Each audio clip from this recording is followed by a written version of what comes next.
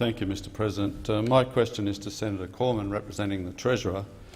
Labor have withheld their PBO costings on alternative tax policies.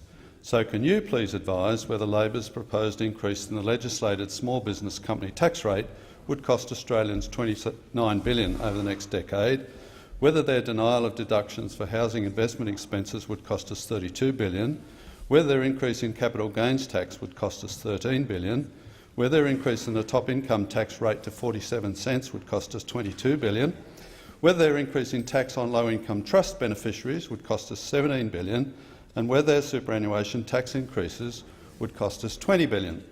Doesn't this add up to around $5,000 extra tax per Australian over the decade? I thank Senator Leyonhjelm for that very important question. What this just now has shown again, Mr President, is how desperate the Labor Party is to hide from the Australian people the devastating impact on the economy and jobs and opportunity of their high-taxing socialist agenda.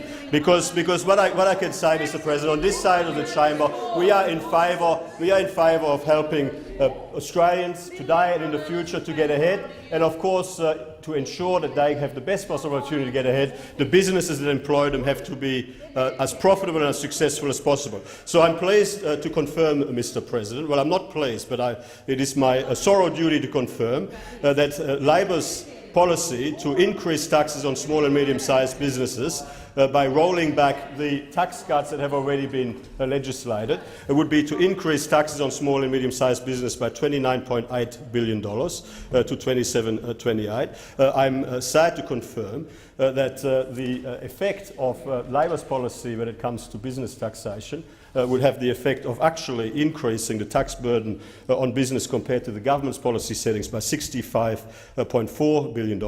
Just reversing tax cuts for businesses with a turnover of between $2 million and $50 million would increase the tax burden on small and medium-sized businesses by $25.4 billion. That would hurt about 6.5 million workers across Australia working for 3.2 million Australian businesses. So that is clearly a very bad policy.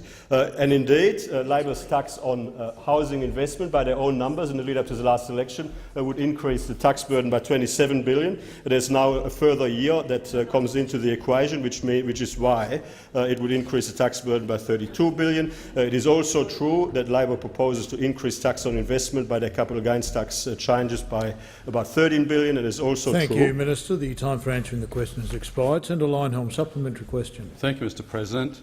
Minister, with the Coalition's increased Medicare levy and your tax hikes on superannuation, smokers, banks, hiring foreign workers and low-value imports, the budget says Commonwealth tax will be more than 25% of GDP in a decade's time, compared to 22% now. Doesn't this add up to around $10,000 of extra tax per Australian over the decade? Isn't the Coalition turning Australia even more socialist than Labor?